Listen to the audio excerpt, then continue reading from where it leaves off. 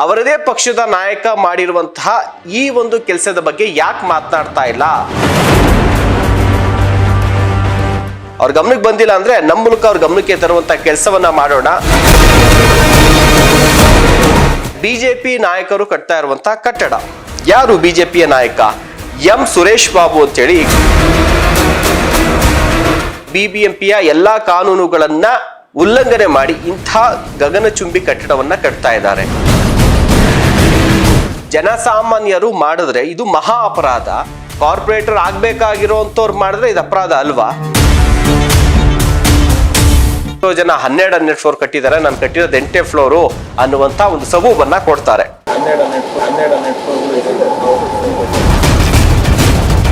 ಎಲ್ಲರೂ ಕೂಡ ಬಿಜೆಪಿ ನಾಯಕರು ಇದಕ್ಕೆ ಉತ್ತರ ಕೊಡಬೇಕು. ಬಿಬಿಎಂಪಿ ಅಧಿಕಾರಿಗಳು ಇದೊಂದು ಎಕ್ಸಾಂಪಲ್ ಅನ್ನ ಸೆಟ್ ಮಾಡಿ, ನೀವು ಯಾಕಂದ್ರೆ ಕಟ್ಟೋರ್ಗೆ ಇದೊಂದು ಪಾಠ ಆಗ್ಬೇಕು, ಆ ರೀತಿಯಾದಂತಹ ಕ್ರಮ ಆಗ್ಲಿ ಅನ್ನುವಂಥದ್ದು. ನಮಸ್ಕಾರ, ಪೊಲಿಟಿಕಲ್ ಸ್ಪೆಷಲ್ಗೆ ಸ್ವಾಗತ. ನೀವು ನೋಡ್ತಾ ಇದ್ದೀರಾ ನ್ಯಾಷನಲ್ ಟಿವಿ. ನಾನು ಶಿವಪ್ರಸಾದ್ ಮಾಗಡಿ. ಇವತ್ತಿನ ವಿಚಾರದ ಬಗ್ಗೆ ಮಾತನಾಡೋಕ್ಕೂ ಮುನ್ನ ರಾಜ್ಯದಲ್ಲಿ ನಡೀತಾ ಇರುವಂತಹ ಡೆವಲಪ್ಮೆಂಟ್, ಮೂಡಾ ಹಗರಣದ ವಿಚಾರ ಬಗ್ಗೆ ಒಂದು ಸಣ್ಣ ಲಿಂಕ್ ಅನ್ನ ಕೊಡ್ತೀನಿ. ಯಾಕೆಂದ್ರೆ ಆ ಒಂದು ಪ್ರಕರಣಕ್ಕೂ ಈ ಒಂದು ಪ್ರಕರಣಕ್ಕೂ ಲಿಂಕ್ ಇರುವಂತದ್ದು.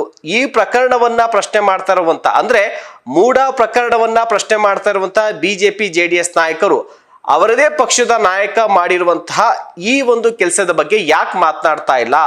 ಮಾತನಾಡೋದಕ್ಕೆ ಇಷ್ಟ ಇಲ್ವಾ ಅಥವಾ ಅವ್ರ ಗಮನಕ್ಕೆ ಬಂದಿಲ್ವಾ?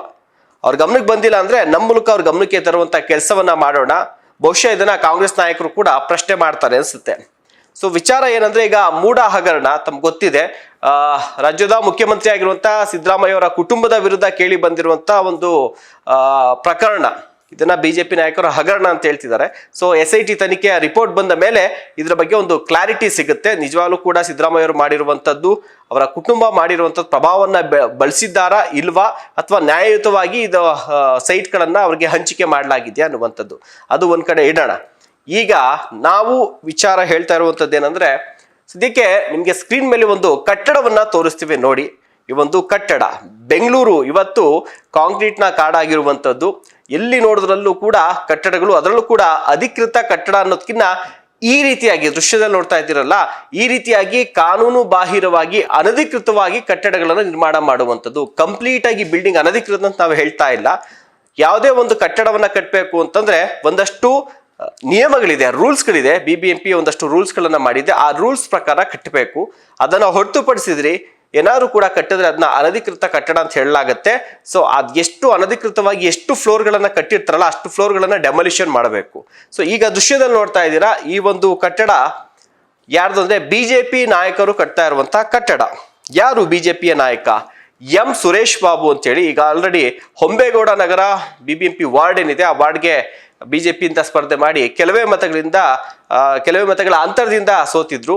ಈ ಬಾರಿಯೂ ಕೂಡ ಹೊಂಬೇಗೌಡ ನಗರಕ್ಕೆ ಅವರೇ ಕಾರ್ಪೊರೇಟರ್ ಆಸ್ಪಿರೆಂಟ್ ಆಗಿದ್ದಾರೆ, ಟಿಕೆಟ್ ಆಸ್ಪಿರೆಂಟ್ ಆಗಿದ್ದಾರೆ ಬಿಜೆಪಿಯಿಂದ. ಸೊ ಇಂತಹ ಬಿಜೆಪಿಯ ನಾಯಕ ಈ ರೀತಿಯಾಗಿ ಬಿಬಿಎಂಪಿಯ ಎಲ್ಲಾ ಕಾನೂನುಗಳನ್ನ ಉಲ್ಲಂಘನೆ ಮಾಡಿ ಇಂಥ ಗಗನಚುಂಬಿ ಕಟ್ಟಡವನ್ನ ಕಟ್ತಾ ಇದ್ದಾರೆ. ಯಾಕೆ ಇವತ್ತು ನಾವು ಈ ವಿಚಾರವನ್ನ ತೆಗೆದುಕೊಳ್ತಾ ಇದೀವಿ? ಏನ್ರಿ ಬಿಟ್ರಿ ದೊಡ್ಡ ಮಹಾ ಅಪರಾಧ ಅಂತ ನೀವು ಕೇಳ್ಬೋದು. ಖಂಡಿತವಾಗ್ಲು ಜನಸಾಮಾನ್ಯರು ಮಾಡಿದ್ರೆ ಇದು ಮಹಾ ಅಪರಾಧ. ಜನನಾಯಕರು ಕಾರ್ಪೊರೇಟರ್ ಆಗ್ಬೇಕಾಗಿರೋಂಥವ್ರು ಮಾಡಿದ್ರೆ ಇದು ಅಪರಾಧ ಅಲ್ವಾ? ಒಂದು ಸಣ್ಣ ಪ್ರಶ್ನೆ. ಈಗ ನೀವೇ ಬೆಂಗಳೂರಲ್ಲಿ ಏನಾದ್ರು ಕೂಡ ಪಕ್ಕದಲ್ಲಿ ಒಂದಷ್ಟು ಜಾಗವನ್ನ ಬಿಟ್ಟು ಕಟ್ಟಬೇಕಾಗುತ್ತೆ, ಒಂದು 3 ಅಡಿಯಷ್ಟು. ನೀವೇನಾದ್ರು ಅರ್ಧ ಅಡಿ ಜಾಗ ಕಡಿಮೆ ಬಿಟ್ಬಿಟ್ಟು ಕಟ್ಟಿ ನೋಡೋಣ. ಖಂಡಿತವಾಗ್ಲೂ ಬಿಬಿಎಂಪಿನವ್ರೆಲ್ಲರೂ ಬಂದು ಆ ಬಿಲ್ಡಿಂಗ್ ಎಲ್ಲ ಸೀಸ್ ಮಾಡಿ JCP ತಂದು ಹೊಡೆದಾಕಕ್ಕೆ ಬರ್ತಾರೆ. ನೀವು ನೋಡಿದ್ರೆ ಸಾಕಷ್ಟು ಬಡೂರ್ ಮನೆ ಕಟ್ಟಡಗಳು, ಮಧ್ಯಮ ವರ್ಗದ ಕಟ್ಟಡಗಳನ್ನ ಮಾತ್ರ ತೆರವು ಮಾಡಲಾಗಿದೆ ಈ ರಾಜಕಾಲುವೆ ಒತ್ತುವರಿ ವಿಚಾರದೊಳಗಡೆ. ಸೊ ಅಂಥವ್ರಿಗೆ ಕಾನೂನು ಒಂದಾದ್ರೆ ಇಂಥವ್ರಿಗೆ ಕಾನೂನು ಇಲ್ವಾ ಅನ್ನುವಂಥದ್ದು. ಈ ಕಟ್ಟಡ ಏನಿದೆ 30-40 ಅಂದ್ರೆ 30-40 1200 ಅಡಿ ಜಾಗದಲ್ಲಿ ಕಟ್ತಾ ಇರುವಂತಹ ಕಟ್ಟಡ. ಇದಕ್ಕೆ ಪರ್ಮಿಷನ್ ಇರುವಂತದ್ದು G+3 ಅಂದ್ರೆ ಗ್ರೌಂಡ್ ಫ್ಲೋರ್, ಅದರ ಮೇಲೆ 3 ಫ್ಲೋರ್ ಮಾತ್ರ ಕಟ್ಟೋದಕ್ಕೆ ಅನುಮತಿ ಇರುವಂತದ್ದು. ಆದ್ರೆ ಈತ ಕಟ್ಟಿರುವುದು G+8 ಅಂದ್ರೆ ಗ್ರೌಂಡ್ ಫ್ಲೋರ್ ಬಿಟ್ಟು 8 ಫ್ಲೋರ್ ಅನ್ನ ಕಟ್ಟಿದ್ದಾರೆ. ಅದ್ರ ಮೇಲ್ಗಡೆ ಒಂದು ಪೆಂಟ್ ಹೌಸ್ ತರದಲ್ಲೂ ಕೂಡ ನಿರ್ಮಾಣವನ್ನ ಮಾಡ್ತಿದ್ದಾರೆ. ಸೊ ಇದಕ್ಕೆ ಈಗ already Wilson garden resident welfare association ಅವರು ಕೂಡ ವಿರೋಧವನ್ನು ವ್ಯಕ್ತಪಡಿಸಿದ್ದಾರೆ. ಟ್ವಿಟರ್ ಅಲ್ಲೂ ಕೂಡ ಈ ಬಗ್ಗೆ ಒಂದು ಪೋಸ್ಟ್ ಅನ್ನು ಹಾಕಿ ವಿರೋಧವನ್ನ ವ್ಯಕ್ತಪಡಿಸಿರುವಂತದ್ದು. ವಿಲ್ಸನ್ ಗಾರ್ಡನ್ ಏರಿಯಾ ಅಂತಂದ್ರೆ ತುಂಬಾ ಪ್ರತಿಷ್ಠಿತ ಏರಿಯಾಗಲ್ಲ, ಅದು ಕೂಡ ಒಂದು ಪ್ರತಿಷ್ಠಿತ ಅನ್ನೋದಕ್ಕೆ ಎಲ್ಲರೂ ಏನು ವಾಸ ಮಾಡ್ತಿದ್ರು ಅದೇ ತರ ಅಲ್ಲೂ ಸಾಕಷ್ಟು ಜನ ಹಿರಿಯ ನಾಗರಿಕರಾಗಿರ್ಬೋದು, ಆಫೀಸರ್ಸ್ ಎಲ್ಲ ವಾಸ ಮಾಡ್ತಿದ್ದಾರೆ. ಅವ್ರು ಯಾರಿಗೂ ಕೂಡ ಇಲ್ಲದೆ ಇರುವಂತಹ ಒಂದು ಕಾನೂನು, ಇವ್ರಿಗೆ ಯಾಕೆ ಕಾನೂನು, ಇವರು ಕಾನೂನು ಉಲ್ಲಂಘನೆ ಮಾಡಿ ಯಾರು ಕೂಡ ಕೇಳಲ್ವಾ ಅನ್ನುವಂಥದ್ದು. ಈಗ ಆಲ್ರೆಡಿ ಇದಕ್ಕೆ ಸಂಬಂಧಪಟ್ಟಂತೆ BBMP ಕೂಡ ಈಗ ಆಲ್ರೆಡಿ ನೋಟಿಸ್ ಅನ್ನ ಕೊಟ್ಟಿದೆ. ನೀವು ಅನಧಿಕೃತವಾಗಿ ಕಟ್ಟಿರುವಂತಹ ಹೆಚ್ಚುವರಿ ಫ್ಲೋರ್ಗಳೇನಿದೆ, ಸುಮಾರು 3 ಫ್ಲೋರ್ನ ಅವ್ರ ಪರ್ಮಿಷನ್ G+3 ಅಂತಂದ್ರೆ ಇನ್ನೂ ಕೂಡ 5 ಫ್ಲೋರ್ ಅನ್ನ ನೀವು ಡೆಮಾಲಿಷನ್ ಮಾಡಿ ಕಟ್ಟಡದ ಕಾಮಗಾರಿಯನ್ನ ಸ್ಟಾಪ್ ಮಾಡಿ 5 ಫ್ಲೋರ್ ಅನ್ನ ನೀವು ತೆರವು ಮಾಡಿ ಅಂತ ಹೇಳಿದ್ರು ಕೂಡ BBMP ಅಧಿಕಾರಿಗಳ ಈ ಒಂದು ನೋಟಿಸ್ ಏನಿದೆ, ನೋಟಿಸ್ ಕೂಡ ನಮ್ಮ ಬಳಿ ಇರುವಂಥದ್ದು, ಕೆಲವು ದೂರು ಕೂಡ ಹಾಕಿದ್ರು. ಸೊ ನೋಟಿಸ್ ಕೂಡ ಇರುವಂಥದ್ದು. ಈಗ ಆಲ್ರೆಡಿ ನಾವು ನೋಟಿಸ್ ಕೊಟ್ಟಿದ್ದೀವಿ, ಆದ್ರೂ ಕೂಡ ಸ್ಟಾಪ್ ಮಾಡ್ತಾ ಇಲ್ಲ ಅಂತೇಳಿ BBMP ಅಧಿಕಾರಿಗಳು ತಮ್ಮ ಅಸಹಾಯಕತೆಯನ್ನ ವ್ಯಕ್ತಪಡಿಸ್ತಾ ಇರುವಂಥದ್ದು. ಅಷ್ಟಕ್ಕೂ ಈ ಚಿಕ್ಕಪೇಟೆ ವಿಚಾರಕ್ಕೆ ಬರೋಣ. ಚಿಕ್ಕಪೇಟೆ ಕ್ಷೇತ್ರದಲ್ಲಿ ಇರುವಂಥದ್ದು ಈ ಹೊಂಬೇಗೌಡ ನಗರ ಏನಿದೆ ಅಲ್ಲಿ ಕಟ್ತಾ ಇರುವಂಥದ್ದು. ಇದರ ಒಂದು ಸ್ವತ್ತಿನ ಸಂಖ್ಯೆ 15 6ನೇ ಅಡ್ಡ ರಸ್ತೆ ವಿಲ್ಸನ್ ಗಾರ್ಡನ್, ಆ ಒಂದು ಕಾರ್ನರ್ ಸೈಟ್ ನಲ್ಲಿ ಕಟ್ತಾ ಇರುವಂತದ್ದು. ಯಾವುದೇ ರೀತಿಯಾಗಿ ಸೇಫ್ಟಿ ಮೆಜರ್ಮೆಂಟ್ ಗಳನ್ನ ಕೂಡ ಇವರು ಇಲ್ಲಿ ಅನುಸರಿಸ್ತಾ ಇಲ್ಲ. ಇದಕ್ಕೆ ಸಾಕಷ್ಟು ಸ್ಥಳೀಯರ ವಿರೋಧ ಇದ್ರೂ ಕೂಡ ಯಾರೊಬ್ರು ಕೂಡ BBMP ಅಧಿಕಾರಿಗಳು ಆ ಜಾಗದ ಬಳಿ ಹೋಗಿ ಕೆಲಸವನ್ನ ಸ್ಟಾಪ್ ಮಾಡೋದಕ್ಕೂ ಕೂಡ ಹಿಂದೇಟನ್ನ ಹಾಕ್ತಿದ್ದಾರೆ. ಆ ರೀತಿಯಾಗಿ ಈತ ಪ್ರಭಾವವನ್ನ ಬೆಳೆಸಿರುವಂತದ್ದು. ಈಗ ಆಲ್ರೆಡಿ ನ್ಯಾಷನಲ್ ಟಿವಿ ಕೂಡ ಆ ಒಂದು ಸ್ಥಳಕ್ಕೆ ಹೋಗಿತ್ತು. ಒಂದಷ್ಟು ಜನ ಸ್ಥಳೀಯರು, ಸಾಮಾಜಿಕ ಹೋರಾಟಗಾರರು ಕಂಪ್ಲೇಂಟ್ ಅನ್ನ ಕೊಟ್ಟಿದ್ರು. ಸರ್, ಇಲ್ಲಿ ನಮ್ಗೆ ಆ್ಯಕ್ಷನ್ ಆಗೋ ಥರ ಏನು ಕಾಣಿಸ್ತಾ ಇಲ್ಲ. ಯಾಕೆಂದರೆ G+8ವರೆಗೂ ವೇಟ್ ಮಾಡೋ ಅವಶ್ಯಕತೆ ಇಲ್ಲ. G+3 ಆದಾಗಲೇ ಇಲ್ಲ BBMP ಅಸಿಸ್ಟೆಂಟ್ ಇಂಜಿನಿಯರ್ಗೆ ನೀಟಾಗಿ ಗೊತ್ತಿರುತ್ತೆ ಅವ್ರು ಆಲ್ರೆಡಿ ವೈಲೇಷನ್ ಮಾಡ್ತಾ ಇದ್ದಾರೆ ಅಂತ. ಇಲ್ಲಿ ಕೂಗಳ್ತೆ ದೂರದಲ್ಲೇ BBMP ಆಫೀಸ್ಗಳು, ಈಗ ಕಂದಾಯ ಅಧಿಕಾರಿಗಳೆಲ್ಲ ಕೂತಿರ್ತಾರೆ. ಅಪ್ರೂವಲ್ ಕೊಟ್ಟಿರೋದು ಅವರೇ. ದಿನ ಬೆಳಗ್ಗೆ ಕಾಫಿ ಕುಡಿಯೋಕ್ಕೆ ಇದೇ ಏರಿಯಾದ ಓಡಾಡ್ತಾ ಇರ್ತಾರೆ. 8 ಫ್ಲೋರ್ ಎತ್ತಬೇಕು ಅಂದರೆ ಎಷ್ಟು ಟೈಮ್ ಬೇಕಾಗುತ್ತೆ. ಒಬ್ಬ ಮೇಸ್ತ್ರಿಗೆ ಆಗ್ಬೋದು, ಒಬ್ಬ ದುಡ್ಡು ಕೊಡೋ, ಅದೆಲ್ಲ ಗೊತ್ತಿದ್ದು ಅಧಿಕಾರಿಗಳೇ, ಸರ್ಕಾರಿ ಅಧಿಕಾರಿಗಳೇ ಏನೂ ಆಕ್ಷನ್ ತೊಗೋತಾ ಇಲ್ಲ ಅಂತಂದರೆ ನಾವೇನು ಮಾಡ್ಬೋದು ಸರ್? ಇವಾಗ RTIನಲ್ಲೇ ಅಪ್ಲೈ ಮಾಡಿರೋ ಪ್ರಕಾರ ಸೊ G+2ನೇ ಕೊಡೋದು. ಜೊತೆಗೆ 30-40ಗೆ ಸೆಟ್ ಬ್ಯಾಕ್ ಬಿಡಬೇಕು. ಸೊ ಫ್ರಂಟ್ ಟು ಬ್ಯಾಕು ಎಲ್ಲ 3 ಅಡಿ ಗ್ಯಾಪ್ ಕೊಡಬೇಕು. ಒಂದು ಬಿಲ್ಡಿಂಗಿಂದ ಇನ್ನೊಂದು ಬಿಲ್ಡಿಂಗ್ಗೆ ಅದು ಅಡ್ಡ ಇರಬಾರ್ದು. ಜೊತೆಗೆ 4ಕ್ಕೆ ಒಂದು ಕಿಚನ್ ಕೊಡ್ಲಿಕ್ಕೆ ಅವಕಾಶ ಇರುತ್ತೆ. ಬಟ್ ಇವು ಯಾವ್ದು ರಾಜಾರೋಷದ ಮೇಲೆ 8 ಬಿಲ್ಡಿಂಗ್ಗಳನ್ನ ಇಡ್ತಾ ಇದ್ದಾರೆ. ಅದನ್ನ ವೈಲೇಷನ್ ಆಗದೆ ಇದ್ರು ಸರ್ಕಾರಿ ಅಧಿಕಾರಿಗಳು ಏನಕ್ಕೆ ಸುಮ್ಮನೆ ಕೂತಿದ್ದಾರೆ? ಸೊ ಇದು ಗೊತ್ತಾಗ್ತಾ ಇಲ್ಲ ಸರ್, ಏನಕ್ಕೆ ಈ ಥರ ನಡೀತಾ ಇದೆ ಅಂತ. As per the public review ಕಡೆಯಿಂದ ಮಾಡ್ತಾ ಇಲ್ಲ. ಸೊ ಹಾಗಾಗಿ ಏನು ಸರ್ಕಾರ ಏನಿದೆ ಆಲ್ರೆಡಿ ನಾವು ಅವ್ರಿಗೆ ಏನು ಕಾನೂನು ಕ್ರಮ ತೊಗೊಳ್ಬೇಕು, ಕಾನೂನು ಕ್ರಮ ಖಂಡಿತವಾಗ್ಲೂ ತೊಗೊಳ್ಬೇಕು. ತೊಗೊಳ್ಳಿಲ್ಲ ಅಂದರೆ ಮುಂದಿನ ಕ್ರಮ ಏನು ಮಾಡ್ಬೋದು? ಸೊ ಯಾರು ಕಾನೂನಿಗಿಂತ ಯಾರು ದೊಡ್ಡವರು ಇಲ್ಲ. ಇಲ್ಲಿ ಕಾನೂನು ಏನು ಹೇಳುತ್ತೋ ಅದ್ರ ಪ್ರಕಾರ ನಾವು ಕಾನೂನು ಪ್ರಕಾರ ಮುಂದೆ ಹೋಗ್ತೀವಿ. ನ್ಯಾಷನಲ್ ಟಿವಿ ಕೂಡ BBMP ನೋಟಿಸ್ ಏನು ಕೊಟ್ಟಿರು ಕೂಡ ಸ್ಟಾಪ್ ಮಾಡಿರ್ಲಿಲ್ಲ. ಸ್ಥಳಕ್ಕೆ ಹೋಗಿ ಶೂಟಿಂಗ್ ಎಲ್ಲ ಮಾಡಿ ಅವತ್ತು ಆ ಒಂದು ರಿಯಾಕ್ಷನ್ ಅನ್ನ ಕೂಡ ಸುರೇಶ್ ಬಾಬು ಅವರ ಬಳಿಯಲ್ಲಿ ಕೇಳಿದ್ದು. ಸುರೇಶ್ ಬಾಬು ಅವರು ಎಷ್ಟೋ ಜನ 12 ಫ್ಲೋರ್ ಕಟ್ಟಿದ್ದಾರೆ, ನಾನು ಕಟ್ಟಿರೋದು 8 ಫ್ಲೋರು ಅನ್ನುವಂಥ ಒಂದು ಸಬೂಬನ್ನ ಕೊಡ್ತಾರೆ.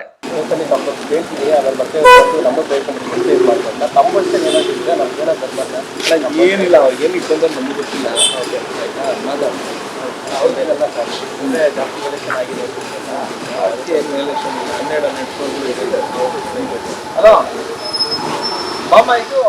ಇನ್ನ ಸಾಮಾಜಿಕ ಹೋರಾಟಗಾರರು ಕೂಡ ಅಲ್ಲಿ ಮಾತನಾಡಿದ್ದಾರೆ. ಮೊದಲಿಗೆ ಅವ್ರು ಏನು ಮಾತಾಡಿದ್ದಾರೆ ಕೇಳಿಸ್ಕೊಳ್ಳಿ.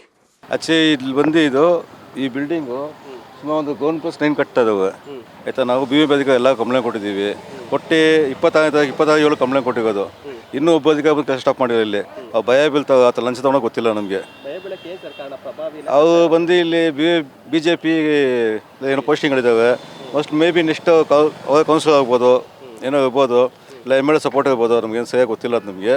ಆದರೆ BBMP ಭಯ ಬೀಳ್ತಾವೆ. ಇಲ್ಲಿ ಬಿಡಿ ಸರ್ ಮಾಡ್ಕೊಳ್ಳಿ, ಬಿಡಿ ಸರ್, ನಮಗೆ ಒಂದು ಇದಾಗ ಅನ್ಸ ಹೇಳ್ತವೆ. ಸೊ ನಾವು ಸುಮಾರು ಕೇಳ್ಬಿಟ್ವಿ. ನಿನ್ನೆ ಹೋಗ್ಬಿಟ್ಟು ಕಮಿಷನರ್ ಕೊಟ್ಟಿದ್ದೀವಿ ಕಂಪ್ಲೇಂಟು, ಜನರಲ್ ಕಮಿಷನ್ ಕೊಟ್ಟಿದ್ದೀವಿ. ಅವ್ರು ಇನ್ನು ಆ್ಯಕ್ಷನ್ ತೊಗೊಂಡಿಲ್ಲ. ಇನ್ನೂ ನಾವು ಕೇಳ್ಕೊಳ್ಳೋದು ಇಷ್ಟೇ, ಇಷ್ಟು ಬಿಲ್ಡಿಂಗ್ ಕಟ್ಟಂಗಿಲ್ಲ, ಡೆಮೊಲೇಷನ್ ಮಾಡಬೇಕು ಅಂದ್ಬಿಟ್ಟು. ಅದು ಏನು ರೂಲ್ಸ್ ಲಾ ಏನಿದೆ ಕಟ್ಕೊಳ್ಳಿ. ಅವು ಎಷ್ಟು ಡೆಮೊಲೇಷನ್ ಮಾಡಲಿ ಅಷ್ಟೇ. ಅವು ನಾವೇನೇನು ಕೇಳ್ಕೊತಿಲ್ಲ. ಸೊ ಕೇಳಿಸ್ಕೊಂಡ್ರಲ್ಲ. ಅದಾದ ಬಳಿಕ ನ್ಯಾಷನಲ್ ಟಿವಿಯಲ್ಲಿ ಹೋಗಿ ಭೇಟಿಯನ್ನ ಮಾಡಿ ಅದಾದ ಬಳಿಕ ಕಾನೂನಿನ ಬಗ್ಗೆ ಅವ್ರಿಗೊಂದು ಅಷ್ಟು ಬಿಸಿಯನ್ನು ಮುಟ್ಟಿಸಲೇಬೇಕು ಅಂತ ಹೇಳ್ಬಿಟ್ಟು ಅವರ ಸಾಮಾಜಿಕ ಹೋರಾಟಗಾರರು ಸ್ಥಳೀಯರ ಜೊತೆ ನಾವು ಕೂಡ ಹೋಗಿದ್ದು. BBMP ಕೇಂದ್ರ ಕಚೇರಿಗೆ ಹೋಗಿದ್ದು. ಅಲ್ಲಿ ಕಮಿಷನರ್ನ ಭೇಟಿ ಮಾಡಿಕೆ ಕಮಿಷನರ್ ಸಿಕ್ಕಿರಲಿಲ್ಲ. ಅದಾದ ಬಳಿಕ BMTF ಹೋದೋ. BMTF ಅವರು ಇದು ನಮ್ಮ ವ್ಯಾಪ್ತಿಗೆ ಬರೋದಿಲ್ಲ, ಇದು ಟೌನ್ ಪ್ಲಾನಿಂಗ್ ವ್ಯಾಪ್ತಿಗೆ ಬರುತ್ತೆ, ನೀವು ಅವರೇ ಇದ್ರ ಮೇಲೆ ಕ್ರಮ ಕೈಗೊಳ್ಬೇಕು ಅಂತ ಹೇಳಿದ್ರು. ಹೀಗಾಗಿ ನಾವು JDTP ಬೆಂಗಳೂರು ದಕ್ಷಿಣ JDTP ವೀಣಾ ಅವರನ್ನ ಕೂಡ ಭೇಟಿ ಮಾಡಿದ್ವು. ವೀಣಾ ಅವರು ಕೂಡ ಇದ್ರ ಬಗ್ಗೆ ಒಂದು ಮಾಹಿತಿನ ಪಡ್ಕೊಂಡು ಹೇಳಿದ್ರು, ಇಲ್ಲ ನಾವು ಆಲ್ರೆಡಿ 1 ತಿಂಗಳಿಗಿನ್ನ ಹಿಂದೆನೇ ಇವರಿಗೆಲ್ಲ ನೋಟಿಸ್ ಕೊಟ್ಟು ಹೇಳಿದೀವಿ. ಬಟ್ ಆದ್ರೂ ಕೂಡ ಈ ಕಟ್ಟಡ ಮಾಲೀಕರು ಯಾವುದೇ ರೀತಿಯ ಕಾಮಗಾರಿಯನ್ನ ಕೂಡ ಸ್ಟಾಪ್ ಮಾಡ್ತಾ ಇಲ್ಲ, ತೆರವು ಕಾರ್ಯಾಚರಣೆಯನ್ನ ಕೂಡ ಅವ್ರು ಮಾಡ್ತಾ ಇಲ್ಲ. ಹೀಗಾಗಿ ಎಕ್ಸಿಕ್ಯೂಟಿವ್ ಇಂಜಿನಿಯರ್ಗೆ ನಾವು ಈಗ ಆಲ್ರೆಡಿ ಎಸ್ಟಿಮೇಷನ್ ಅಂದ್ರೆ ಡೆಮೋಲಿಷನ್ಗೆ ಎಸ್ಟಿಮೇಷನ್ಗೆ ಕಳಿಸಿದೀವಿ, ಅಲ್ಲಿಂದ ನಮಗೆ ಫೈಲ್ ಬರಬೇಕು ಅನ್ನುವಂತ ಒಂದು ಮಾಹಿತಿನ ಕೊಡ್ತಾರೆ. ಅದಾದ ಬಳಿಕ ಡಬ್ಲ್ಯೂರ್ನ ಭೇಟಿ ಮಾಡ್ತೀವಿ, ಡಬ್ಲ್ಯೂರ್ ಭೇಟಿಗೆ ಸಿಗೋದಿಲ್ಲ, ಸಿಇಒ ಸಿಗ್ತಾರೆ, ಚೀಫ್ ಇಂಜಿನಿಯರ್ ಅವರ ಗಮನಕ್ಕೆ ತಂದಂತ ಸಂದರ್ಭದಲ್ಲಿ ಅವರು ಡಬ್ಲ್ಯೂರ್ಗೆ ಮತ್ತು AWRಗೆ ಸೂಚನೆ ಕೊಟ್ಟು ಕೂಡಲೇ ಡೆಮೊಲಿಷನ್ಗೆ ಆರ್ಡರ್ ಮಾಡಿ ಕೆಲಸವನ್ನ ಸ್ಟಾಪ್ ಮಾಡಿಸಿ ಅನ್ನುವಂತ ಸೂಚನೆ ಕೊಡ್ತಾರೆ. ಅದಾದ ಬಳಿಕ BBMP ಅಧಿಕಾರಿಗಳ ಜೊತೆಯಲ್ಲೇ ನ್ಯಾಷನಲ್ ಟಿವಿ ಕೂಡ ಸ್ಥಳಕ್ಕೆ ಹೋಗಿ ಮಾಡ್ತಾ ಇರುವಂತಹ ಕಾಮಗಾರಿಯನ್ನ ಸ್ಟಾಪ್ ಮಾಡಲಾಗುತ್ತೆ. ಸ್ಟಾಪ್ ಮಾಡಿಸಿ ಅಲ್ಲಿ ಯಾರು ಕೂಡ ಕಟ್ಟಡದ ಒಳಗಡೆ ಹೋಗಬಾರ್ದು ಅಂತೇಳಿ ಒಂದಷ್ಟು ಕಂಬಗಳನ್ನೆಲ್ಲವನ್ನ ಕೂಡ ಹಾಕಿ BBMP ಅಧಿಕಾರಿಗಳು ಕಟ್ಟುನಿಟ್ಟಿನ ಸೂಚನೆಯನ್ನ ಕೊಡ್ತಾರೆ. ಆ ಟೈಮಲ್ಲಿ ಕೂಡ ಸುರೇಶ್ ಬಾಬು ಅವರು ಬರ್ತಾರೆ, ಬಟ್ ಯಾವುದೇ ರೀತಿಯಾಗಿ ಪ್ರತಿಕ್ರಿಯೆಯನ್ನು ಕೊಡೋದಿಲ್ಲ. ಪ್ರತಿಕ್ರಿಯೆ ಕೇಳಿದಂತ ಸಂದರ್ಭದಲ್ಲಿ ಸಾಕಷ್ಟು ಜನ 10-12 ಫ್ಲೋರೇ ಕಟ್ಟಿದ್ದಾರೆ, ನಂದು ಯಾವುದೋ 8 ಫ್ಲೋರ್ ಅನ್ನೋ ರೀತಿಯಲ್ಲಿ ಅವರು ಕೂಡ ಮಾತನಾಡ್ತಾರೆ. ಅದಾದ ಬಳಿಕವೂ ಕೂಡ ಮತ್ತೆ ಕಾಮಗಾರಿಯನ್ನ ಶುರು ಮಾಡ್ತಾರೆ. ಆಗ ಸ್ಥಳೀಯರು ವಿರೋಧವನ್ನು ವ್ಯಕ್ತಪಡಿಸಿದೆ, ಕಾಮಗಾರಿಯನ್ನ ಸ್ಟಾಪ್ ಮಾಡಿದ್ದಾರೆ. ಆದ್ರೂ ಕೂಡ ಕದ್ದಿ ಮುಚ್ಚಿ ಕಾಮಗಾರಿ ನಡೀತಾ ಇದೆ ಅನ್ನುವಂಥ ಮಾಹಿತಿ ಇರುವಂಥದ್ದು. ಇದಿಷ್ಟು ಒಂದ್ ಕಡೆ ಆದ್ರೆ, ಈಗ ಬಹಳ ಪ್ರಮುಖವಾಗಿ ರಾಜಕೀಯದ ವಿಚಾರಕ್ಕೆ ಬರೋಣ.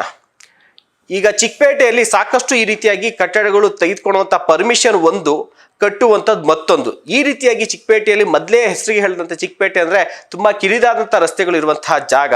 ಸೊ ಇಂತಹ ಒಂದು ಜಾಗಗಳಲ್ಲಿ ಈ ರೀತಿಯಾಗಿ ಅನಧಿಕೃತವಾಗಿ ಇಷ್ಟೊಂದು ಫ್ಲೋರ್ಗಳನ್ನ ಕಟ್ತಿದ್ರು ಕೂಡ ಯಾಕೆ ಯಾರು ಕ್ರಮವನ್ನ ಕೈಗೊಳ್ತಾ ಇಲ್ಲ? ಅಷ್ಟೊಂದು ರಾಜಾರೋಷವಾಗ ನೋಡಿ, ಯಾವುದೋ ಮನೆ ಒಳಗಡೆ ಏನೋ ನೀವು ಮಾಡ್ಕೊಂಡ್ರೆ ಗೊತ್ತಾಗಲ್ಲ, ಮನೆ ಹೊರಗಡೆ ಇದು 4 ಜನ ನೋಡುವಂತ ಜಾಗದಲ್ಲಿ ಕಟ್ಟಿರುವಂತದ್ದು ಕಟ್ಟಡ ಇದು. ಸೊ ಜನಸಾಮಾನ್ಯರು ಕೂಡ ತಲೆ ಎತ್ತಿ ನೋಡಿದ್ರು ಕೂಡ ಕಾಣೋದು, ತುಂಬಾ ದೂರದಿಂದ ನೋಡ್ಬೇಕು, ಅಷ್ಟು ಫ್ಲೋರ್ ಹಿಂಗ್ ಕಟ್ಟಿದಾರ ಅವರು. ಅಲ್ಲಿ ಮನೆಗಳು ಏನಾದ್ರು ಕೂಡ ರೆಸಿಡೆಂಟ್ ವಾಸ ಬಂದ್ರು ಅಂದ್ರೆ ಅಲ್ಲಿ ಏನಾದ್ರು ಒಂದು ಅಷ್ಟು 8 ಫ್ಲೋರ್ ಅಂತಂದ್ರೆ ಗ್ರೌಂಡ್ ಫ್ಲೋರ್ ಲೆಕ್ಕ 9 ಫ್ಲೋರ್ ಅಂತಂದ್ರೆ 9 ಫ್ಲೋರ್ 2 ಮನೆ ಅಂತ ಅನ್ಕೊಂಡ್ರು ಕೂಡ 18 ಮನೆ ಆಗುತ್ತೆ.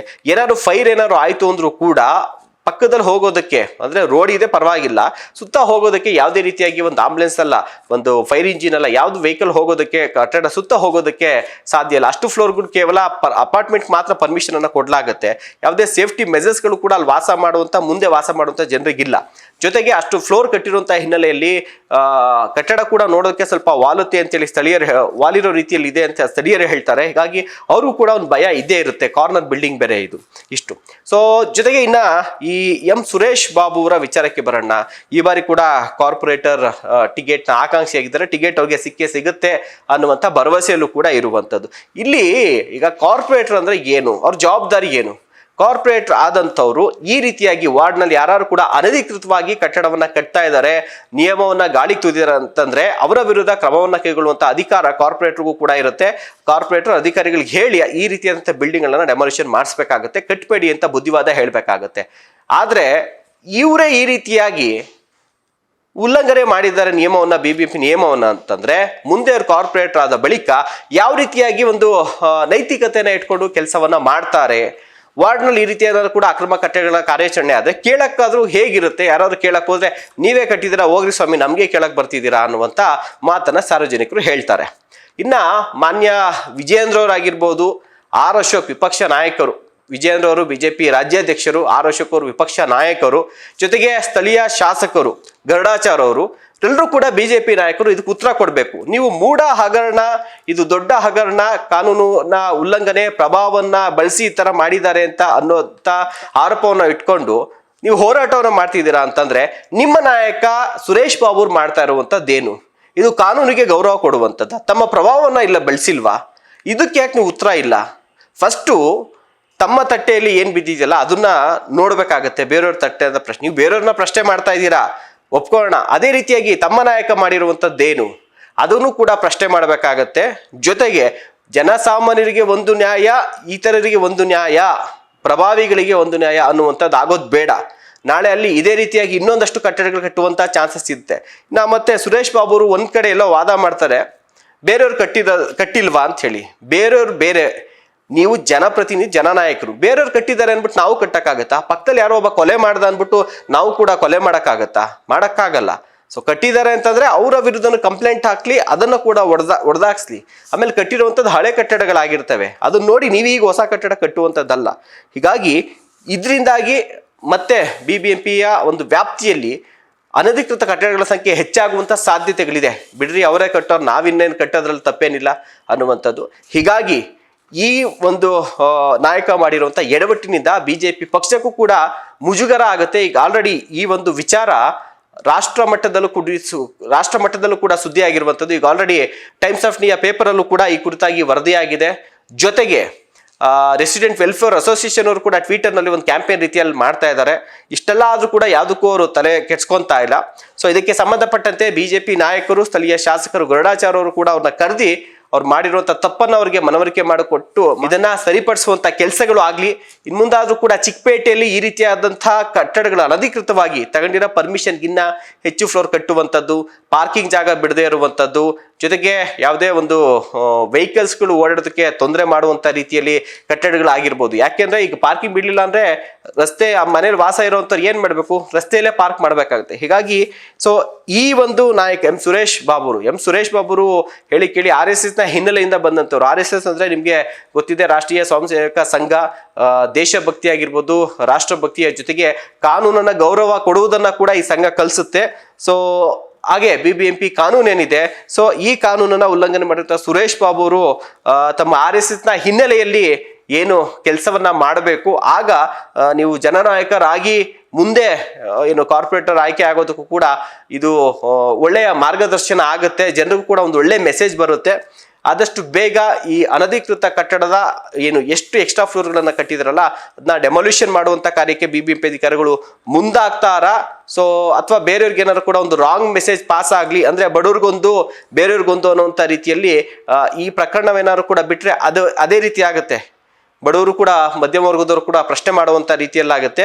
BBMP ಅಧಿಕಾರಿಗಳು ಇದೊಂದು ಎಕ್ಸಾಂಪಲ್ ಅನ್ನ ಸೆಟ್ ಮಾಡಿ ನೀವು, ಯಾಕೆಂದ್ರೆ ಕಟ್ಟೋರ್ಗೆ ಇದೊಂದು ಪಾಠ ಆಗ್ಬೇಕು, ಆ ರೀತಿಯಾದಂಥ ಕ್ರಮ ಆಗ್ಲಿ ಅನ್ನುವಂಥದ್ದು. ಜೊತೆಗೆ BJP ನಾಯಕರು ಕೂಡ ಅಷ್ಟೇನೆ. ಸೊ ಈ ಒಂದು ವಿಚಾರದ ಬಗ್ಗೆ ಮಾತನಾಡಿ ಕಾಂಗ್ರೆಸ್ ನಾಯಕರು ಖಂಡಿತವಾಗ್ಲೂ ಈ ಸ್ಟೋರಿನ ನೋಡಿದಾಗ BJP ನಾಯಕರಿಗೆ ಪ್ರಶ್ನೆಯನ್ನ ಮಾಡ್ತಾರೆ ಅಂತ ನಾವು ಕೂಡ ಭಾವಿಸ್ತಾ ಕಾರ್ಯಕ್ರಮವನ್ನು ಮುಗಿಸ್ತಾ ಇದ್ದೀವಿ. ನಮಸ್ಕಾರ.